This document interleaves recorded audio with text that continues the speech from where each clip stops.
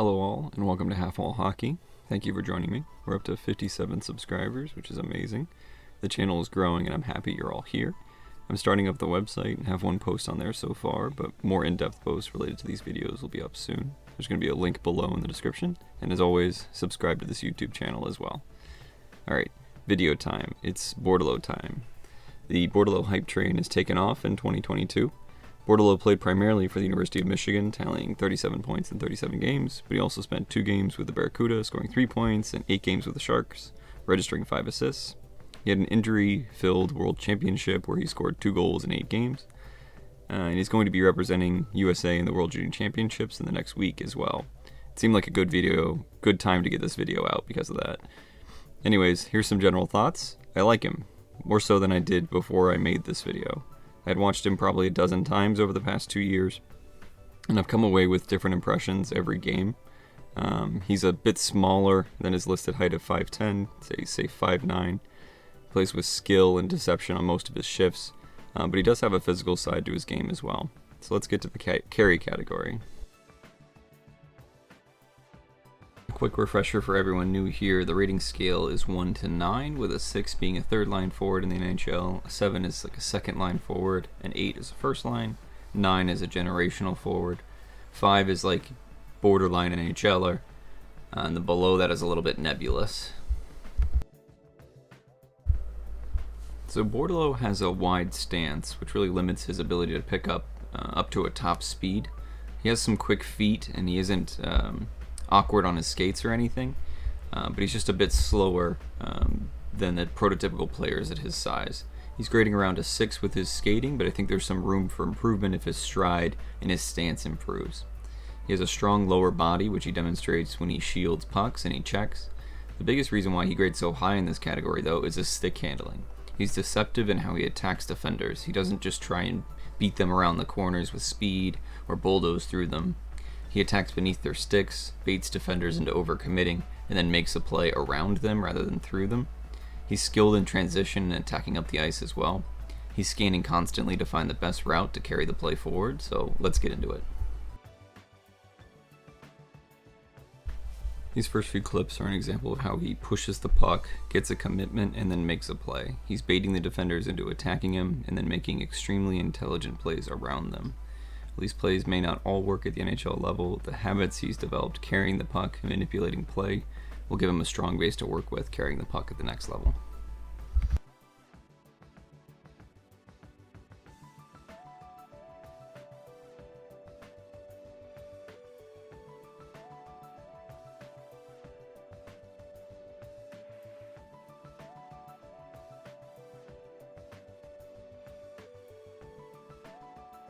Bordeleau has a low center of gravity when he's skating with the puck.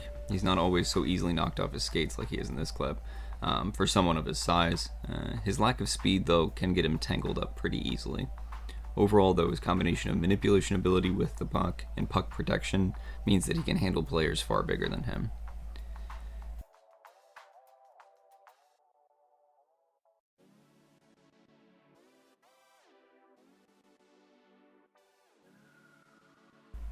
A few more things to highlight about Bordeleau that are apparent in these clips is just how good at puck receptions he is. He catches the puck in stride, behind him, off the wall, one-handed, all of them together, and moves the play forward. He rarely mishandles the puck that's coming towards him. This is one of those skills that translate really well to the NHL level, as pucks start to get faster and plays start to develop quicker.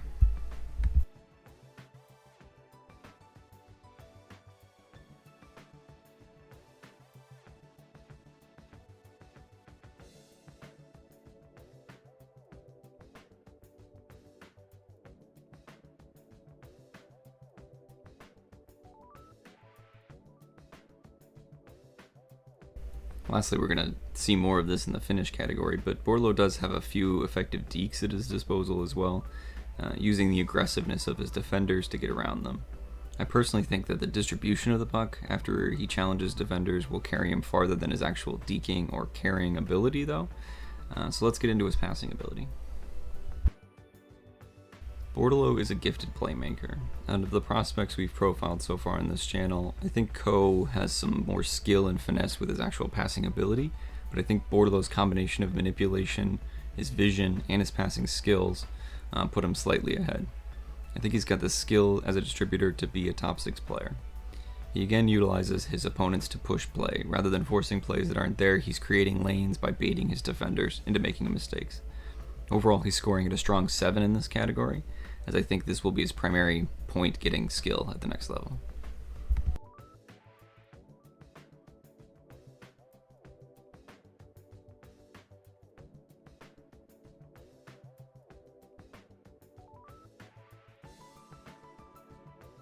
These first few clips just show off some nice cross-ice passes. I like both of these plays because it shows some progression by Bordeleau. He has men in front of him going to the net that he could pass to, but he recognizes the far-off man to be the better play. The players on the ice also don't really recognize it, and it leads to great scoring chances.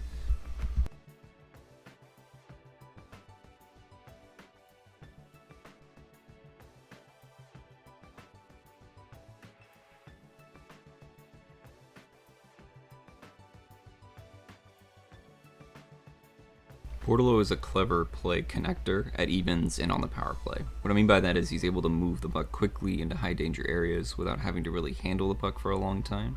His quick thinking, though, does get him into trouble a few times, as he can just fling the puck to the center of the ice and hope someone connects.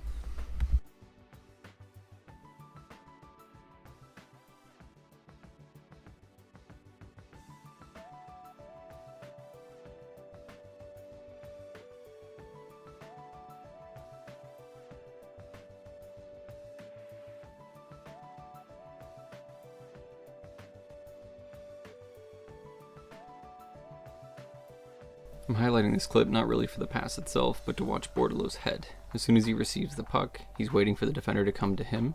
He's not panicking because he knows where his man is and how to get the puck to him. He looks off the defender coming at him, never moving his head, and he passes the puck forward. This is the type of manipulation Bordeleau uses frequently, and honestly I just love watching it.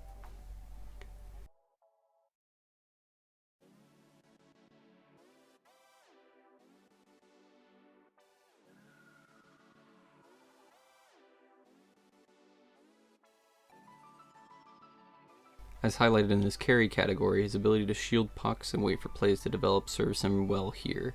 He assisted on a beautiful goal to Sharks legend Rudolf Balcers during his short NHL stint, using the same puck protection and play connecting ability, getting the puck to the slot.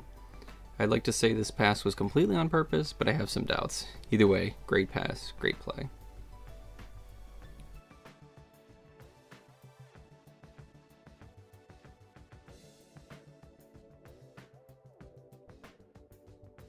What I like about Bordeleau's passing ability in transition is he can keep it simple, or he can go fancy, but he isn't married to either one. Some players will wait, hold on to the puck, try to make the perfect breakout happen.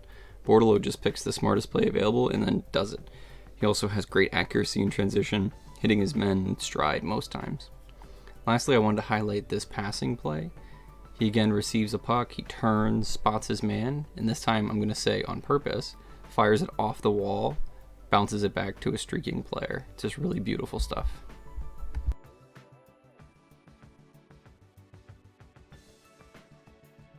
Bordeleau grades out at a 5.5 here. While I appreciate some aspects of his shot, including how quick his release is and his ability to shoot off loose pucks, I think there's a lot of flaws. He doesn't have much velocity on his shots, especially from range. He'll defer to low-speed wristers looking for rebounds rather than actually trying to shoot to score. He doesn't transfer his weight often enough either to generate power, and his stance is wide when he shoots. I think he has some issues with spacing in the offensive zone as well that limits his ability to get into high danger scoring areas that we'll talk about.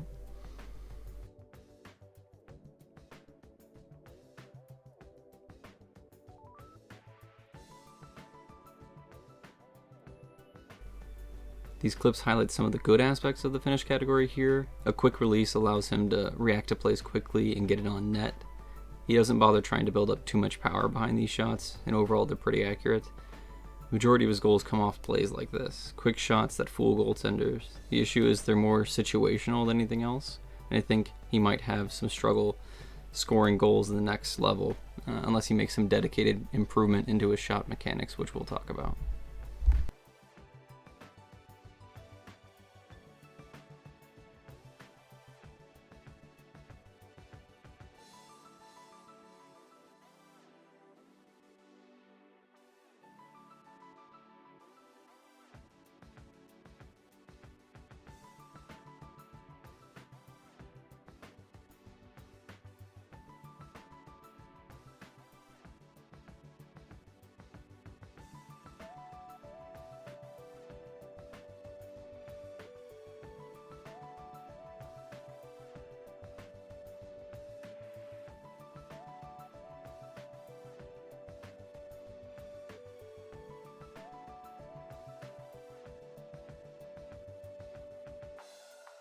This is what I mean when I say he's shooting for rebounds. He has a tendency to just lob it on net to try and create a chance. He doesn't get any real power behind these shots, and I don't think they're likely to lead to much of anything at the next level.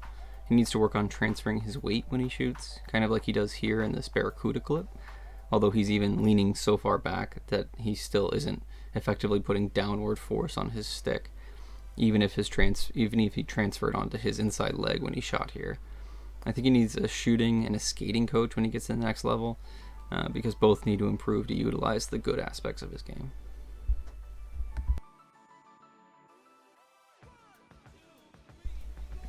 Now, did I throw in these few D clips in here for fun? Yeah.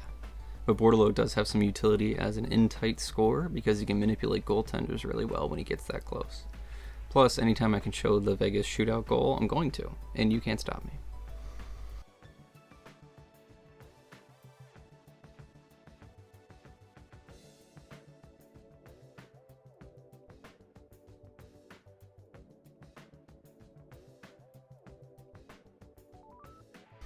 Alright, this is a good segue into the retrieve category because it has to do with positioning, which we haven't talked about yet.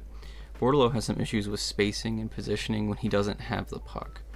Here you can see he gets into his teammate's way, a common theme that we'll touch on later. In this clip, he intentionally goes wide to retrieve the puck that he believes is going to rim around the boards, but doesn't recognize that his own defender is going to cover the point anyway. Instead, he could have driven straight towards the net and parked himself in front for a scoring opportunity. Plays like this can take him out of a play entirely, and it limits his ability as a finisher.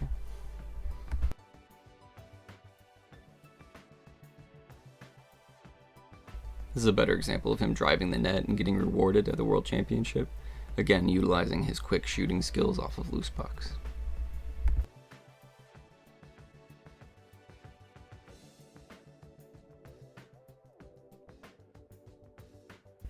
So in this category, there's some really good things about Bordeleau and some really odd things. The best part of this category is that he can change his body positioning to shield well and retrieve pucks for a skater his size. He can also be pretty physical. He wraps up his opponents well and pins them on the boards on the back check. He has a knack for getting in the way of plays and using his stick to pick off passes. All these categories are essential for a two-way center. The issue I have comes with his defensive positioning for a center. He's too often behind the play, watching and waiting in a bad position while the play moves around him. He has some serious issues with doubling up or double covering men when a teammate is already heading towards them. Let's watch some clips to see what I mean.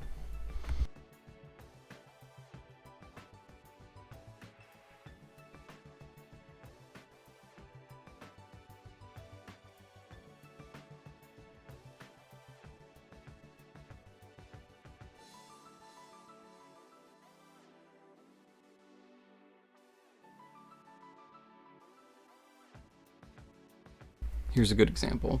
The play is going to come off the boards and a winger is headed out that way. Bordeleau heads out to the point with his winger, who's already challenging, instead of spacing out and heading off the pass, or at least getting in the way of the next man to block the shot. His lack of recognition of his own winger's positioning and responsibility leads to a goal against. He needs to utilize his teammates more in their positioning, as he continually is just too close to be effective.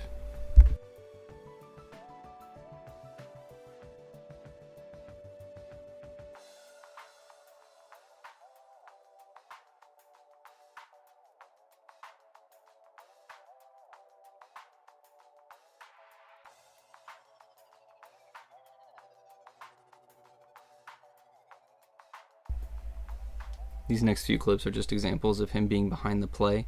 When he's defending in the zone, he kind of just stands still, and his slowish speed means he can't cover the necessary ice when the play starts to cycle around him. He can get burned when the play starts to speed up and players can pass around him.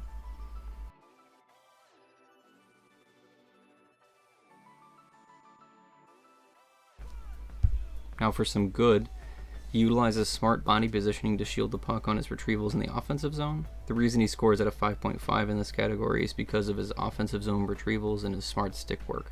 I think both serve him well at the next level.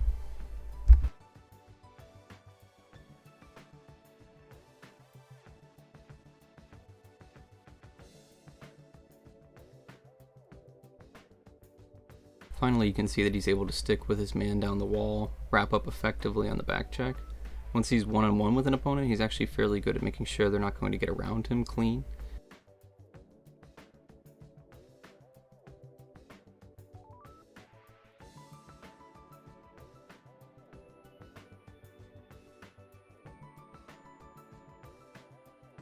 He has a knack for getting in his stick in passing lanes as well, with a very effective forward lunge.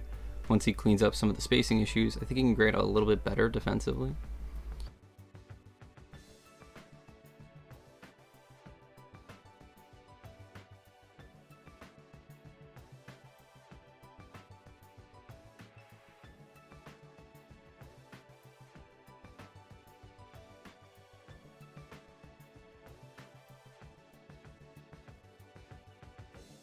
The forward lunge is pretty evident here. I'm slowing it down just because I found it really smart of Bordeleau to not just go right after the puck carrier, but to anticipate where he was going to go with the pass and to lunge perfectly to steal it.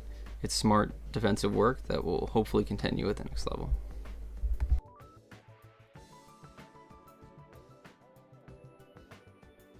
Overall, Bordeleau is getting a 6.5. There are many elements of his game that project really well. His distribution, his carrying skills, his ability to manipulate defenders and not force plays, and his skill with transitioning the puck up ice quickly all look like NHL quality to me.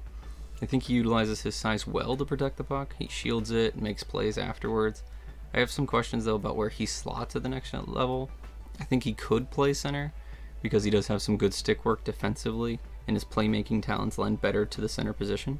However, I think he's more individualistic than a center should be, and he has some issues with spacing and utilization of his wingers defensively that gives me some pause. He does have some good face-off numbers, if that matters, and he utilizes some really interesting face-off techniques that we didn't really get into, but he kind of reverses his hands a bit. But I don't think that's reason enough to keep him at center. In my opinion, it's a bit of a square peg, round hole situation. I think he could be a very effective winger, and I think he could only be an effective center, if that makes sense. We'll see what areas of his game progress, though, and that might make the decision easier.